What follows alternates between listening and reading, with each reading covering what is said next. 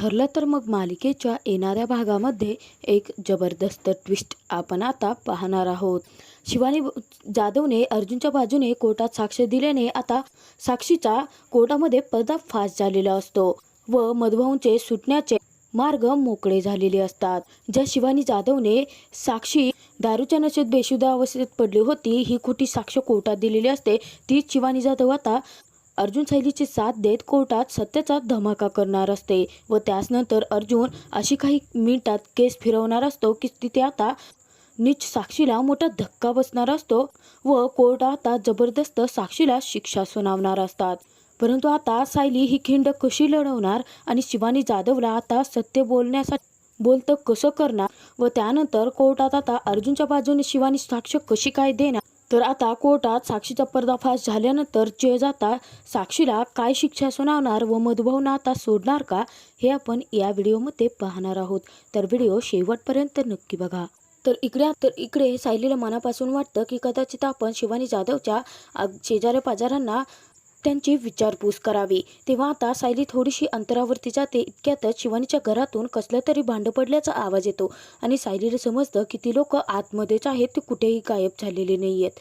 तर सायली तिथे शिवानीला सांगत असते, हे बघ शिवानी, तू प्लीज माझ्याशी एकदा बोल। काय अगं मधुभाऊ खरंच खूप चांगले व्यक्ती आहेत ग आणि साक्षी शिकरे महिपती शिकरे हे त्यांना अडकवण्याचा प्रयत्न करत आहेत। तर शिवानीला वाटत असतं की कदाचित सायली खरं बोलत असेल तर तेव्हा सायली म्हणते की हे बघ शिवा, तू एकदा दरवाजा उघड, मी तुझ्याशी जे काही बोलते आहे ते तू एकदा ऐकून तरी घे। आमच्याकडे आत्ता फक्त आणि फक्त शेवटचा चान्स आहे। मधुभाऊंवरती लागलेला खुनाचा आरोप तो जर पुसून काढायचा असेल तर तुला बाहेर यावं लागेल शिवानी। प्लीज शिवानी, सत्याची साथ दे, आपण मिळून त्या साक्षीला तिच्या गुन्ह्यांची शिक्षा देऊ शकतो। तेव्हा आता अखेरची सायलीने साथ घालतात शिवानी पटकन दरवाजा उघडते तर सायलीच्या जीवात जीव येतो। अखेर आता शिवानी सायलीला बोलण्यासाठी तयार झालेली असते। तर शिवानीला सायली म्हणते की हे बघ शिवानी, मी तुला आता जे काही सांगत आहे त्यानंतर तुला जे मनापासून जे करावं वाटेल ते तू कर। तेव्हा आता सायली सांगते की मधुभाऊ, आमचे मधुभाऊ ते ना खरंच खूप मनापासून एक चांगलं व्यक्तिमत्व आहे। मधुभाऊनी आत्तापर्यंत खूप सारी अनाथ मुलं आणि ज्या मुलांनी आपल्या आईवडिलांना सोडून दिलं आहे त्यांचा सांभाळ करत नाहीत अशी सर्वच लोक मधुभाऊंनी सांभाळले आहेत। ते त्यांचे आई वडील म्हणून कायम त्यांच्यावरती प्रेमच करत आले आहेत। परंतु एक दिवस असा आला की साक्षी शिकरे आणि महिपती शिकरे यांची आमच्या अनाथाश्रमावरती नजर पडली आणि ते अनाथाश्रम बळकवण्याचा त्यांनी खूप प्रयत्नही केला, परंतु तो प्रयत्न असफल ठरला। म्हणून आता त्यांनी विलासचा खून केला आणि त्या खुनाच्या आरोपाखाली मधुभाऊंना त्या जेलमध्ये अडकवलं आहे। प्लीज शिवानी, जर आज तू सत्याची साथ दिली तर आम्ही मधुभाऊंना सोडवू शकतो आणि त्या नीच साक्षी आणि महिपतीसारख्या गुंड प्रवृत्तीच्या लोकांना धडाही शिकवू शकतो। हवं तर तू मधुभाऊंची कुठेही चौकशी करू शकतो। वात्सल्य आश्रमाबद्दल आणि मधुभाऊंबद्दल तुला फक्त आणि फक्त चांगलंच ऐकायला मिळेल। तर आता सायली शिवानी समोर हात जोडते आणि म्हणते, हे बघ शिवानी, आमच्याकडे फक्त आता शेवटचा पर्याय तू उरला आहेस आणि जर तू कोर्टामध्ये खरं काय आहे ते सांगितलं तर मधुभाऊंना आम्ही सोडवू शकतो, निदान आम्ही जामिनावर तरी त्यांना बाहेर काढू शकतो। तेव्हा आता शिवानीला मनापासून कुठेतरी वाटतं की नक्कीच आपलं काहीतरी चुकलं आहे आणि शिवानी लगेचच तिथे सायलीला सांगते की हे बघा मॅडम, आता तुम्ही इथे आला आहात, ही गोष्ट जर साक्षी शिकरे यांना कळली तर त्या मला सोडणार नाहीत। काय झालं होतं ना की मला आता खूप सारे पैशांची गरज होती आणि माझ्यावरती वेळच अशी आली होती की त्या परिस्थितीतून मला बाहेर पडायचं होतं। तेव्हा माझी आणि साक्षी शिकरे यांची भेट झाली होती आणि त्यांनी मला ऑफर केली की जर त्यांच्या बाजूने जर मी त्यांच्यासाठी कोर्टात साक्ष दिली तर त्या मला खूप सारे पैसे देतील आणि आमचे ठरवल्यानुसारच त्यांनी मला पैसेसुद्धा दिले। शिवानी तिथे आता सायलीला सांगते की हे बघा, माझ्या अडचणी होत्या म्हणून मला खोटी साक्ष द्यावी लागली, परंतु मी खोटी साक्ष देऊन एका चांगल्या व्यक्तीला त्या खुनाच्या प्रकरणामध्ये खोट्या आरोपाखाली नाही अडकवू शकत आणि नाही पाहू शकत। तेव्हा आता सायली म्हणते की हो शिवानी, अगं तूच आमच्याकडे एक शेवटचा पर्याय उरला आहे। तेव्हा आता सायली म्हणते की हो शिवानी, मी तुझी परिस्थिती सध्या काय आहे ही चांगलंच समजू शकते। तुझ्यावरती वाईट वेळ नक्की आली असेल आणि त्यासाठी तू तिच्याकडून पैसे घेऊन खोटी साक्षीही दिली असेल, परंतु शिवानी, तर सायली परत एकदा शिवानीसमोर हात जोडते आणि म्हणते की प्लीज शिवानी, मधुभाऊंना सोडवण्यासाठी कोर्टामध्ये जे काही खरं असेल ते तू सांग। सत्याची साथ दे शिवानी. तेव्हा आता शिवानी होकार देते आणि शिवानी म्हणते की हे बघा मॅडम, जर साक्षी शिकरेंना समजलं ना की मी तुमच्या बाजूने साक्ष देणार आहे तर ते नक्कीच आम्हाला काहीतरी दगाफटका करेन किंवा येथून गायबही करेन. तेव्हा आता सायली म्हणते नाही नाही शिवानी, असं काहीच नाही होणार. अगं माझे ना मिस्टर आले आहेत, अर्जुन सुभेदार, ते एक वकील आहेत, तुला माहिती असेल. तू असं कर, तू आमच्यासोबत चल, आम्ही तुला चांगल्या सेफ जागी ठेवू. तेव्हा आता अर्जुन आणि सायली दोघे आता विचार करतात आणि शिवानीला डायरेक्ट आपल्या घरी घेऊन जातात. तर आता अर्जुन हे गाडीतून जात असताना शिवानीला सगळं काही सांगितलेलं असतं की कोर्टामध्ये खरं काय सांगायचं आहे ते, आणि शिवानीने सुद्धा घडलेला सर्व प्रसंग अर्जुनला सांगितलेला असतो. तर घरी आल्यानंतर जेव्हा शिवानीला सर्वजण घरातील पाहतात तेव्हा सगळेच जण प्रश्न विचारतात की ही मुलगी कोण आहे. तेव्हा आता अर्जुन म्हणतो अगं मम्मा, ही ना सायलीची फ्रेंड आहे, ती सायलीला भेटायला आली आहे. तेव्हा आता सायली म्हणते की मला तुमच्याकडून एक परवानगी हवी आहे, मी माझ्या मैत्रिणीला शिवानीला या घरात एक दिवसासाठी ठेवू शकते का. तेव्हा आता कल्पना म्हणते अगं सायली, तुझं घर आहे ना हे, मग विचारतेस का. तेव्हा आता सायली पूर्णाजीकडे पाहत असते. तर पूर्णाजी म्हणते की कल्पना, जर या मुलीला तिच्या मैत्रिणीला ठेवायचं असेल तर माझा त्यासाठी काहीच नकार नाही आहे. तेव्हा आता अर्जुन सायली खूप खुश होतात. तर शिवानी आता त्यांच्या घरी राहते. तर इकडे आता साक्षी खूप घाबरलेली असते आणि साक्षी चैतन्यला म्हणते की चैतन्य, मला खूप भीती वाटत आहे. तेव्हा चैतन्य म्हणतो की का गं साक्षी, तू तर खरी आहेस ना. अगं मग खऱ्याला घाबरायची काहीच गरज नसते, तू का भीतेस इतकी अर्जुनला. तेव्हा आता साक्षी म्हणते की चैतन्य, मी खरीच आहे रे, परंतु मला अर्जुनची एका गोष्टीची भीती वाटते आहे. मागच्या वेळी बघितलं होतं ना की खोटा फोन करून प्रियाला पुरावे मिळवण्यासाठी अर्जुनने कसा सापळा रचला होता. ऐनवेळी तू ती गोष्ट केली, तू आम्हाला सावध केलं म्हणून आमच्या लक्षात आलं की तू अर्जुनने रचलेला सापळा आहे. नाहीतर आम्ही एका व्यक्तीने आम्हाला फोन केला आहे आणि त्याच्याकडे कसले तरी पुरावे आहेत असं खोटं समजून तिथे गेलो असतो आणि अर्जुनच्या खोट्या सापळ्यात अडकलो असतो. तेव्हा आता चैतन्य म्हणतो हो ते पण बरोबर आहे. तर चैतन्य मनात म्हणतो की मीच तिथे माती खाल्ली, नाही तर साक्षी तू केव्हाचीच अडकली असतीस. तर चैतन्य म्हणतो हे बघ साक्षी, तुझा वकील उद्यापासून मी आहे ना. अगं मग तू काळजी करूच नकोस. आता कोर्टात बघ कसा पुराव्यांचा धमाका करतो आणि अर्जुनची चितपट करतो ते. तेव्हा आता साक्षी म्हणते की मूर्खा, तूच माझा वकील आहे ना, याचीच मला भीती वाटते आहे. तो अर्जुन खूप चालाक आहे, तो कधी कोणता प्रश्न विचारेल आणि कुठल्या प्रश्नामध्ये अडकवून ठेवेल ना ते सांगता येत नाही. तर आता त्याचनंतर साक्षीने प्रियाला फोन केलेला असतो आणि प्रियाला सांगितलेलं असते की तुला सुद्धा कोर्टाची नोटीस मिळाली असेल. मला एक काम कर प्रिया, तू ना सकाळी सुभेदारांच्या घरी जा आणि अर्जुनची नक्की आता पुराव्यांच्या बाबतीत काय हालचाल चालली आहे, अर्जुनला कोणता पुरावा मिळाला आहे याचा जरासा अंदाज घे, म्हणजे त्यानुसार आपल्याला कोर्टात काय साक्ष द्यायची आहे हे ठरवता येईल.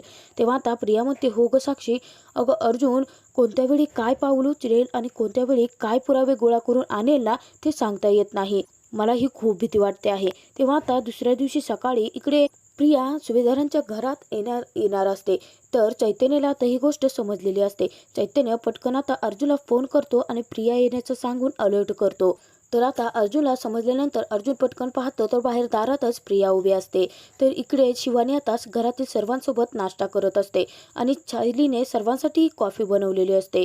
तर अर्जुन आता मोठ्यानेच म्हणतो की पूर्णाजी, अगं तन्वी आले आहे तुला भेटण्यासाठी. इतक्यातच आता सायलीला हा धोक्याचा इशारा मिळालेला असतो. अर्जुनने ऐनवेळी अलर्ट केलेलं असतं.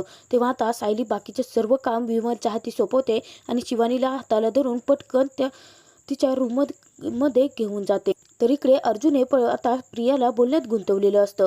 तर शिवानी रूममध्ये जाणार इतक्यातच आता प्रियाने वरती पाहिलेलं असतं तर तिला फक्त सायलीच दिसते. अर्जुन आता सुटकेचा श्वास सोडतो आणि अर्जुन सायलीने आता कसलीही खुणखुणी तिथे प्रियाला लागू दिलेली नसते की शिवानी जाधवच आहे जो अर्जुन सायलीच्या हाती सापडलेला मोठा पुरावा आहे म्हणून. तर त्यानंतर आता कोर्टातल्या केसला सुनावणीला सुरुवात झालेली असते. आता सर्वच जण तिथे जमलेले असतात. तेव्हा आता जज विचारतात अर्जुनला की अर्जुन सुभेदार, एवढ्या तातडीने कोर्टाची सुनावणी घेण्याची नक्की काय कारण आहे. तेव्हा आता अर्जुन उठतो आणि म्हणतो की मिलॉर्ड, माझ्या हाती विलास मर्डर केस म्हणजे वात्सल्य आश्रम मर्डर केसच्या मध्ये खूप महत्त्वाचा आणि मोठा पुरावा हाती लागला आहे आणि हाच पुरावा लवकरात लवकर कोर्टात सादर करावा म्हणूनच मी कोर्टाकडून लगेचच दुसऱ्या दिवशी ती तारीख मागून घेतली होती. तर प्रिया आता खूप घाबरलेली असते आणि प्रिया म्हणते नागराजला की बघा, मी म्हटले होते ना की अर्जुनच्या हाती नक्कीच कोणता तरी पुरावा लागला असणार आहे. अर्जुन खूप चालाक वकील आहे. अर्जुनने पुरावे शोधून काढले आहेत म्हटल्यानंतर मी किंवा साक्षी आमच्या दोघींपैकी कोणी जेलमध्ये जाणार तर नाही आहे ना? हे बघा, जर आता मी अडकले किंवा मला जर अर्जुनने अचानक साक्ष द्यायला या कटघऱ्यात बोलवलं ना, अर्जुनने जर मला प्रश्नात अडकवलं तर मी खरं सगळं काय ते सांगून टाकेन. तेव्हा आता नागराज म्हणतो की तुझं जरासे तोंड बंद ठेवतेस का? तिकडे बघ ती साक्षी जराशी रिलॅक्स तरी आहे, परंतु तू सतत बडबड बडबड करून दुसऱ्याला सुद्धा टेन्शनमध्ये टाकतेस. शांत बस जरा असं म्हणून आता तिथे नागराज प्रियाला गप्प बसवतो. तर आता साक्षी खूप घाबरलेली असते. साक्षीला मनापासून वाटत असतं की जर इथे अण्णा असते तर त्यांनी नक्कीच अर्जुनच्या हाती नक्की काय पुरावा लागला आहे याची शोधाशोध करून काहीतरी फेरफार तरी केली असती. परंतु आता अण्णा सुद्धा माझ्यासोबत नाही आहेत आणि हा मूर्ख चैतन्य हा काय करणार आहे? त्या अर्जुनच्या पुढे हा काहीच नाही आहे. तर अर्जुन तिथे आता जजसाहेबांना सांगतो की जजसाहेब, माझी तातडीने सुनावणी घेण्याची खूप मोठं कारण होतं आणि जो साक्षीदार माझ्या बाजूने साक्ष देणार आहे म्हणजेच मधुभाऊंच्या बाजूने साक्ष देणार आहे त्याचं नाव मी आतापर्यंत गुप्त ठेवलं होतं. कारण मला भीती वाटत होती की जर त्या साक्षीदाराचं नाव बाहेर आलं तर त्या साक्षीदाराला काहीतरी दगाफटका धोका होऊ शकतो किंवा त्याला गायबसुद्धा केलं जाऊ शकतं आणि म्हणूनच त्या साक्षीदाराचं नाव मी गुप्त ठेवलं होतं. तर आता तिथे अर्जुन खूप मोठा बॉम्ब फोडत कोर्टाला सांगतो की मधुभाऊंच्या बाजूने साक्ष देणाऱ्या साक्षीदाराचं नाव आहे शिवानी जाधव. तेव्हा आता प्रिया, नागराज आणि साक्षी यांच्या पायाखालची जमीनच सरकते. तर शिवानी जेव्हा कटघऱ्यात येते तेव्हा अर्जुन कोर्टाला सांगतो की यस, यात शिवानी जाधव आहेत की ज्यांनी साक्षी 1.5 तास पार्टीतून कुठे गायब झाली होती, म्हणजे साक्षीने दारू प्यायली होती आणि त्यानंतर ती धुमाळ वस्तीकडे गेली होती अशी साक्ष दिली होती. परंतु मिलॉर्ड, आज मी कोर्टाला ठामपणे सांगू शकतो की ती साक्ष शिवानी जाधवने खोटी साक्ष दिली होती आणि तीही साक्षी शिकरे आणि महिपती शिकरे यांच्या सांगण्यावरून. तर अर्जुन आता शिवानीला प्रश्न विचारतो पहिला की मिस शिवानी जाधव, तुम्ही नक्की कोर्टाला सांगू शकाल का की तुम्ही खोटी साक्ष देण्यामागे काय कारण होतं ते? तेव्हा आता शिवानी म्हणते की हो, मला ना खोटी साक्ष द्यावी लागली कारण माझ्याकडे दुसरा पर्याय नव्हता.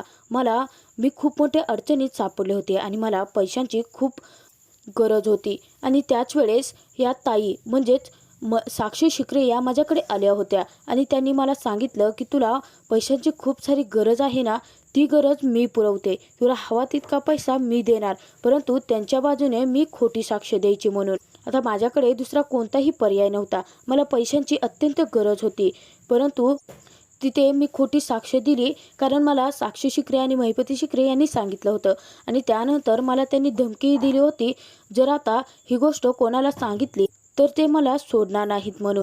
तर तिथे अर्जुन म्हणतो की मग नक्की खरं काय आहे हे तुम्ही कोर्टाला सांगू शकाल का? तेव्हा शिवानी म्हणते की हो, साक्षी शिकरे यांनी माझ्याकडे आल्या होत्या, त्यांनी मला पाहिजे तितके पैसेही दिले आणि त्यांनीच मला सांगितलं होतं की म्हणजे त्या पार्टीमधून 1.5 तास गायब होत्या, म्हणजे त्या आमच्या धुमाळ वस्तीकडे आल्या होत्या आणि त्या पेलेल्या होत्या आणि त्या बेशुद्ध पडल्या होत्या असं खोटं कारण तिथे कोर्टाला सांगायचं आणि त्यांनी जसं सांगितलं अगदी तशीच साक्ष मी कोर्टासमोर दिली.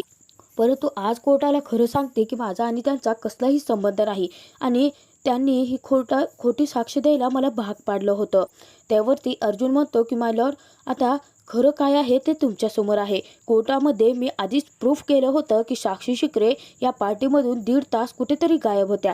या 1.5 तासात साक्षी शिकरे यांनी खोटे पुरावे कोर्टाला सादर करून दिशाभूल केली की शिवानी जाधवने सगळं काही खरं सांगितलं आहे आणि मला असं वाटतं की त्या पार्टीतून 1.5 तास गायब होऊन साक्षी शिकरे या आश्रमात गेल्या, तिथे विलासचा खून केला आणि त्यानंतर त्या पार्टीमध्ये परत सामील झाल्या.